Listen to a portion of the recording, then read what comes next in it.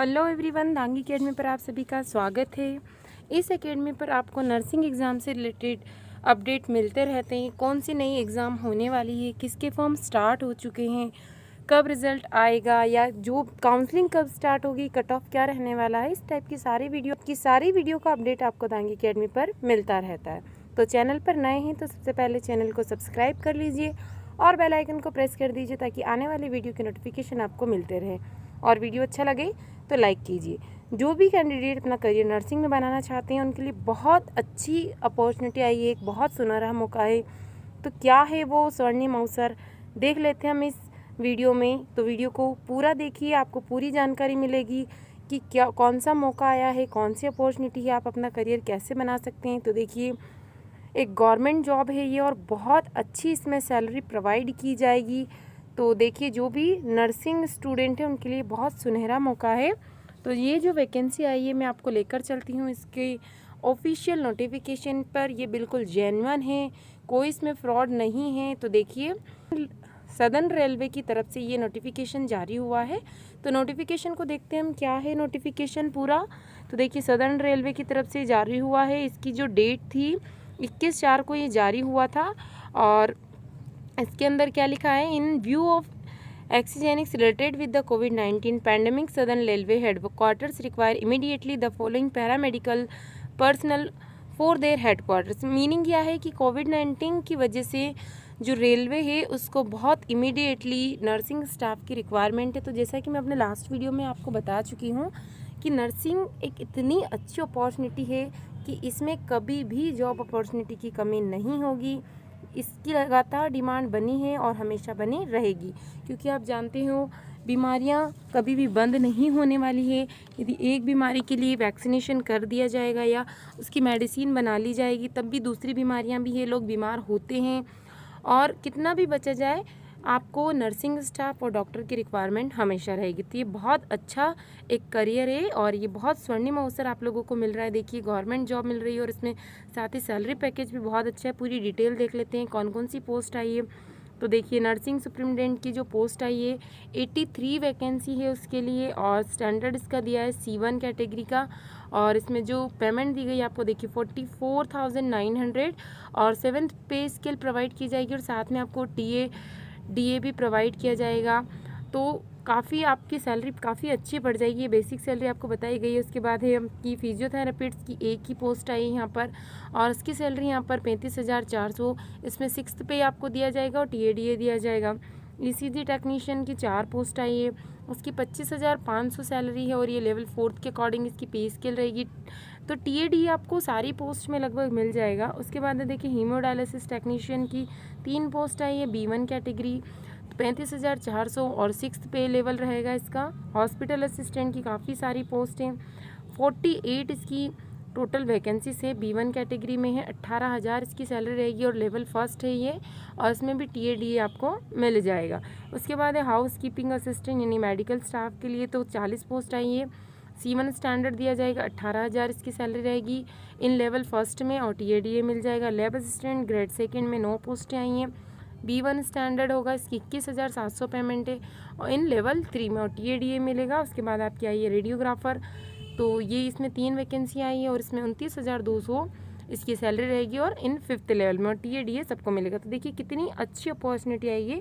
तो ऐसा नहीं है कि सिर्फ कुछ ही कोर्स है जिनमें आप ग्रेजुएट होकर या डिग्री लेकर अपना करियर बना सकते हैं। उसके अलावा भी बहुत सारे ऐसे कोर्स होते हैं, जैसे 12th के बाद आप रेडियोलॉजिस्ट, एक्सरोलॉजिस्ट या फिजियोथेरेपिस्ट का कोर्स कर सकते हैं, ECG टेक्नीशियन का कोर्स कर सकते हैं। जैसे आपको सारी पोस्टें दिखाई दे रही हैं। कुछ कोर्स तो देखिए 1.5 साल के, 2 साल के लगभग डिप्लोमा कोर्स होते हैं और उसके बाद भी इनकी जो गवर्नमेंट जॉब लग जाती है और सैलरी भी काफ़ी अच्छी इनको मिलती है। जैसे जैसे इनका एक्सपीरियंस बढ़ता जाता है वैसे वैसे और सैलरी भी इंक्रीज़ होती जाती। अब देख लेते हैं कि इस पोस्ट के लिए क्या क्वालिफ़िकेशन की नीड है। तो देखिए, पूरा एज क्राइटेरिया और रिक्वायर्ड एजुकेशनल क्वालिफ़िकेशन दिया है, साथ ही एक्सपीरियंस क्या क्या चाहिए। तो जो नर्सिंग सुप्रिटेंडेंट्स हैं उनको क्या चाहिए, वो नर्स या मिडवाइफरी का उनके पास 3 साल का उन्होंने कोर्स किया हो, जनरल नर्सिंग या midwifery from school of nursing और other institution recognised by Indian nursing counselling और BSc नर्सिंग। मीन्स आप मान सकते हैं कि उनके पास में नर्सिंग डिप्लोमा हो या फिर BSc नर्सिंग उन्होंने किया हो, एक्सपीरियंस कैंडिडेट भी अप्लाई कर सकते हैं। जैसे उसने बताया कि ट्रेंड इन ICU, डायलिसिस यूनिट, वेंटिलेटर्स इन प्रेफरेबल। यदि आपके पास इन चीज़ों का एक्सपीरियंस है, यानी आपने यहाँ पर पहले से काम किया है, तो आप लोगों को ज़्यादा प्रेफरेंस दिया जाएगा। बट ऐसा नहीं है, इसमें से कहीं नहीं लिखा है कि एज अ फ्रेशर आप अप्लाई नहीं कर सकते, बट प्रेफरेंस की बात की गई है। यदि एक्सपीरियंस होते हैं तो आपको ज़्यादा प्रेफरेंस दिया जाएगा, बट कोई बात नहीं, यदि आप फ्रेशर हैं तब भी आप अप्लाई ज़रूर कीजिएगा। उसके बाद एज दी गई है, मिनिमम एज होना चाहिए 20 साल और मैक्सिमम एज होना चाहिए यहाँ पर 40 साल। उसके बाद देख लेते हैं फिजियोथेरेपिस्ट की। फिजियोथेरेपिस्ट में क्या होना चाहिए? बैचलर डिग्री होना चाहिए फिजियोथेरेपी में किसी भी रिकॉग्नाइज्ड यूनिवर्सिटी से, मान्यता प्राप्त विश्वविद्यालय से। ऐसा नहीं कि आपने फ्रॉड डिग्री ले ली है। उसके बाद में आपने 2 साल प्रैक्टिकल एक्सपीरियंस होना चाहिए आपको किसी भी गवर्नमेंट या प्राइवेट हॉस्पिटल में, जहाँ पे कम से कम 100 बेड वाला वो हॉस्पिटल हो और वहाँ पे कम से कम आपने एज अ फिजियोथेरेपी में 2 साल का एक्सपीरियंस आपके पास में हो। यहाँ पर मांगा गया है एक्सपीरियंस, इसके लिए कंपलसरी है। और मिनिमम 18 एज और मैक्सिमम आपको है 33 एज यहाँ पर दी गई है। ECG टेक्नीशियन की देख लेते हैं क्या क्वालिफिकेशन की ज़रूरत है। तो देखिए इसमें 12th और graduation in science having certificate, यानी ग्रेजुएट होना चाहिए साइंस स्ट्रीम से। उसके पास डिप्लोमा या फिर डिग्री हो ECG लेबोरेटरी से, यानी यदि आपने ग्रेजुएशन किया है तब भी मान्य होंगे, लेकिन आपको ECG टेक्नीशियन या लेबोरेटरी टेक्नीशियन में आपके पास डिग्री होना चाहिए ECG की। या कार्डियोलॉजी या cardiology technician, cardiology technique of reputed institution में आपने काम किया हो, वहाँ से आपके पास में इसका डिग्री या डिप्लोमा होना चाहिए, तभी आप एलिजिबल होंगे। मिनिमम एज इसमें चाहिए देखिए 18 साल और मैक्सिमम एज है इसमें 33। हेमोडायलिसिस टेक्नीशियन में क्या चाहिए? BSc प्लस, और 2 इसमें दिया है, यानी कि किसी ने भी यदि BSc किया हो तो उसमें और क्या क्या उसके पास में होना चाहिए, जैसे डिप्लोमा उसने किया हो हेमोडायलिसिस में, या फिर उसके पास में 2 साल का एक्सपीरियंस होना चाहिए, 2 year satisfactory in house training, या फिर एक्सपीरियंस होना चाहिए hemodialysis work in a reputed institution, document proof to be uploaded, यानी आपको डॉक्यूमेंट प्रूफ भी अपलोड करना है जब आप फॉर्म फिल करेंगे तब। तो आपके पास में 2 ऑप्शन है यहाँ पर, या तो आपने डिप्लोमा किया हो हेमोडायलिसिस में, या फिर कहीं पर भी ट्रेनिंग ली हो या उसका एक्सपीरियंस हो आपके पास में काम करने का, तब भी आप उसे लगा सकते हैं। उसके बाद इसकी मिनिमम एज देख लेते हैं। मिनिमम एज चाहिए 20 साल और मैक्सिमम एज चाहिए 33। अगला है आपका हॉस्पिटल असिस्टेंट या हाउस कीपिंग असिस्टेंट। तो इसमें यदि आप 10वीं पास हैं तब भी आपका काम हो जाएगा, और आपको एक्सपीरियंस होना चाहिए ICU में या फिर डायलिसिस यूनिट इन प्रीफरेबल, यानी कि आपके पास ICU में काम करने का एक्सपीरियंस होना चाहिए, बाकी और कोई डिग्री आपको नहीं चाहिए। मिनिमम एज इसमें 18 साल और मैक्सिमम एज इसमें 30। लैब असिस्टेंट ग्रेड 2, इसमें यदि आपने 12th किया है साइंस स्ट्रीम से तो आप एलिजिबल होंगे। इसके बाद इसमें और क्या चाहिए देखिए, डिप्लोमा चाहिए इन मेडिकल लेबोरेटरी टेक्नीशियन इन DMLT आपने किया हो 12th के बाद में। उसके बाद आपके पास में सर्टिफिकेट होना चाहिए किसी भी मेडिकल लैब का सर्टिफिकेट कोर्स किया हो आपने, medical lab technology at par with diploma in medical lab technology, उसी को कहा जा रहा है DMLT में। या फिर किसी भी मान्यता प्राप्त विश्वविद्यालय या रिकॉग्नाइज्ड यूनिवर्सिटी से या बोर्ड से आपने किया होना चाहिए। गवर्नमेंट या सेंट्रल गवर्नमेंट अथॉरिटी क्या क्या है देखिए, the duration of a course is least 1 year, or during the course the candidate should have done the training on full time basis, and at the end of the course there should be system of examination which has been successfully pass by the candidate. मतलब minimum 1 साल का course तो वो होना ही चाहिए, और उसके बाद जब भी एग्ज़ाम हुई हो तो कैंडिडेट ने उसको क्लियर किया हो, ये इसके रूल से। मिनिमम एज चाहिए इसमें 18 और मैक्सिमम एज इसकी 33। काफ़ी सारी पोस्ट आई है तो इसको आप छोड़िए मत, बिल्कुल भी इस मौके को मत गवाइए, जल्दी से इसका फॉर्म फिल कर दीजिए जो भी इसके लिए एलिजिबल कैंडिडेट्स है। अगली पोस्ट देखते हैं रेडियोग्राफर की। तो 12th होना चाहिए विथ फिजिक्स एंड केमिस्ट्री, आपके सब्जेक्ट होना चाहिए। यहाँ पर देखिए बायोलॉजी नहीं लिखा है, यानी कि मैथ्स वाले भी इसमें अप्लाई कर सकते हैं क्योंकि फिजिक्स और केमिस्ट्री सब्जेक्ट आपसे मांगा गया है। डिप्लोमा इन रेडियोग्राफी या एक्सरे टेक्नीशियन या रेडियो डायग्नोसिस टेक्नीशियन, यदि आपने एक्सरे में टेक्नीशियन में डिप्लोमा कोर्स किया है या रेडियोग्राफी का कोर्स किया है या रेडियो डायग्नोसिस का कोर्स किया है 2 साल वाला डिप्लोमा किसी भी रिकॉग्नाइज्ड इंस्टीट्यूशन से, तो आप इस पोस्ट के लिए बिल्कुल एलिजिबल हैं। उसके बाद जो भी साइंस ग्रेजुएट हैं जिनका डिप्लोमा है साथ में ही रेडियोग्राफी में या एक्सरे टेक्नीशियन या रेडियो डायग्नोसिस में 2 साल का, तो उनको प्रेफरेंस यहाँ पर दिया जाएगा। यानी जैसे मान लीजिए किसी ने बीएससी किया, उसके बाद में उसने डिप्लोमा किया, तो वो उसको ज़्यादा प्रेफरेंस यहाँ पर दिया जाएगा। तो मिनिमम एज है यहाँ पर 19 और मैक्सिमम एज है यहाँ पर 33 एज। अब देख लेते हैं किस किस को यहाँ पर जो एज रिलैक्सेशन दिया जाएगा, यानी 5 साल का ST/SC को। तो जितनी भी यहाँ पर मैक्सिमम एज दी गई है, देखिए मिनिमम एज में कोई भी रिलैक्सेशन नहीं होता है, जो मैक्सिमम एज है उसमें 5 साल की छूट है, यानी आपकी इससे एज ज़्यादा है लगभग 5 साल तक, तो भी आप फॉर्म फिल कर सकते हैं। OBC जो नॉन क्रीमी लेयर के, उनको 3 साल की, और 10 साल दिया गया है जिनमें कोई भी डिसेबिलिटी है, जैसे कि सिर्फ लैब असिस्टेंट की पोस्ट के लिए ग्रेड 2 के लिए, PWD जिसमें OH, HH यानी हैंडीकेप्ड कैंडिडेट आते हैं, बाकी पोस्ट के लिए वो एलिजिबल नहीं होंगे, उनको 10 साल का एज रिलैक्सेशन यहाँ पर दिया गया।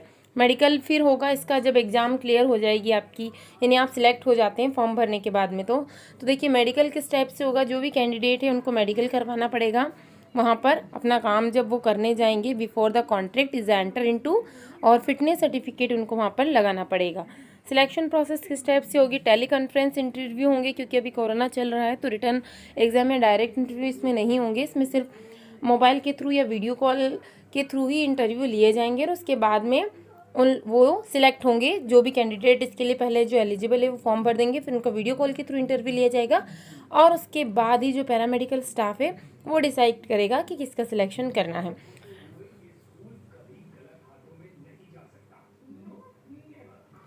यानी कि जो इतना कोरोना चल रहा है तो इसके कारण होगा, कोरोना की वजह से डायरेक्ट इंटरव्यू नहीं लिए जाएंगे, teleconference interview means video call के थ्रू इंटरव्यू लिए जाएंगे, और उसके बाद ही जो पैरामेडिकल स्टाफ बनाया जाएगा, यानी कि जितनी भी पोस्ट हैं उनको पैरामेडिकल पोस्ट कहा जाता है, तो उसके लिए सिलेक्शन उसके बाद में होगा, और सिलेक्शन में आपका नाम आता है तो फिर आप ज्वाइनिंग ले सकते हैं। अब क्या क्या टर्म्स एंड कंडीशन है देख लीजिए।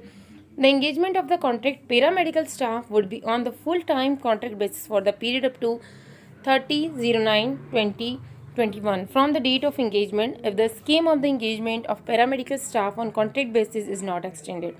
मतलब ये आपको contract basis job है।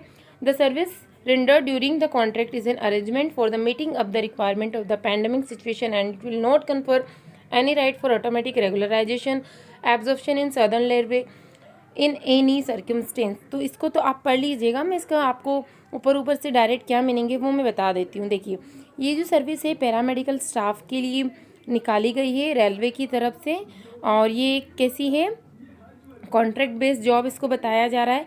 फुल टाइम कॉन्ट्रैक्ट स्टाफ यहाँ पर रखा जाएगा, और ये इसमें कोई भी क्लेम नहीं कर सकते हैं कि आपको रेगुलर रखा जाए। तो जितने भी ईयर की कॉन्ट्रैक्ट बेस्ड जॉब होगी आप उतने ही समय के लिए यहाँ पर ज्वाइनिंग ले पाएंगे। ऐसा नहीं है कि बिल्कुल फिर आप नेक्स्ट टाइम पे एलिजिबल नहीं होंगे। जब नई वैकेंसी आती है तो आप दोबारा से फॉर्म डाल सकते हैं, क्योंकि आपके पास एक्सपीरियंस हो जाएगा तो आपको प्रेफरेंस ज़्यादा मिलेगा, बट आप परमानेंट के लिए यहाँ पर क्लेम नहीं कर सकते हो। उसके बाद में आपको मेडिकली फिट होना होगा, यानी इसका सर्टिफिकेट भी आपको लगाना होगा। उसके बाद जो भी कैंडिडेट सिलेक्ट होंगे उनको एक ड्रेस कोड प्रोवाइड करवाया जाएगा, यानी आपको ड्रेस पहनना कंपलसरी है। और ये देखिए यहाँ पर बता दिया गया है कब तक रहेगा, ये 30 यानी सितंबर 2021 तक, है ना, विल बी सीज्ड ऑन। और जो ST/SC OBC EWS कैंडिडेट हैं उनको अपने सेल्फ असिस्टेड कॉपी, यानी कि आपको खुद ही अटेस्टेड करना होगा कि जो भी हमारा डॉक्यूमेंट है वो सब सही है, कहीं और से आपको अटेस्टेड नहीं करवाना होगा। और उन लोगों को क्या क्या एज रिलैक्सेशन दिया गया है वो ऊपर मेंशन करके बता दिया गया है यहाँ पर। और ये क्योंकि बता दिया गया है कि इसमें आप अलग से किसी भी चीज़ की डिमांड नहीं कर सकते हो कि परमानेंट को ये बेनिफिट मिल रहे हैं तो हमें भी मिले, क्योंकि ये कॉन्ट्रैक्ट बेसिस जॉब है और जो जो इसमें मेंशन है सिर्फ आपको वही बेनिफिट मिलेंगे। नो प्राइवेट प्रैक्टिस और any other employment will be permitted during the contract period, यानी कि जब आप इस जॉब को करेंगे तो उसके बाद आप या उस टाइम पर आप अलग से प्राइवेट प्रैक्टिस नहीं कर सकते या अदर कोई भी काम नहीं कर सकते, आपको सिर्फ वही जॉब करनी होगी। The candidate are personally responsible for payment of professional tax, income tax and other duties, यानी जब आप ये जॉब करेंगे तो आपके पास में जितनी भी टैक्सेस जो भी लगते हैं वो सारे आप पर लागू होंगे। अब देखिए आप अपना फॉर्म कैसे भर सकते हैं, तो ये सारी लिंक दी गई हैं, इसके थ्रू आप अपना फॉर्म भर सकते हैं। हर एक पोस्ट के लिए अलग अलग लिंक दी गई है, तो इस पर जाकर आप अपना फॉर्म फिल कर दीजिए। इसकी जो लास्ट डेट है वो 30 अप्रैल है, तो इसके पहले ही आप अपना फॉर्म फिल कर दीजिए। जिसको भी यहाँ पर ज्वाइनिंग लेनी, इसकी सैलरी बहुत अच्छी है। आप लोग देख चुके हैं कितनी सैलरी है यहाँ पर। तो सारे TADA मिलाकर लगभग अप टू 60 to 70,000 तक आपको यहाँ पर सैलरी प्रोवाइड की जाएगी।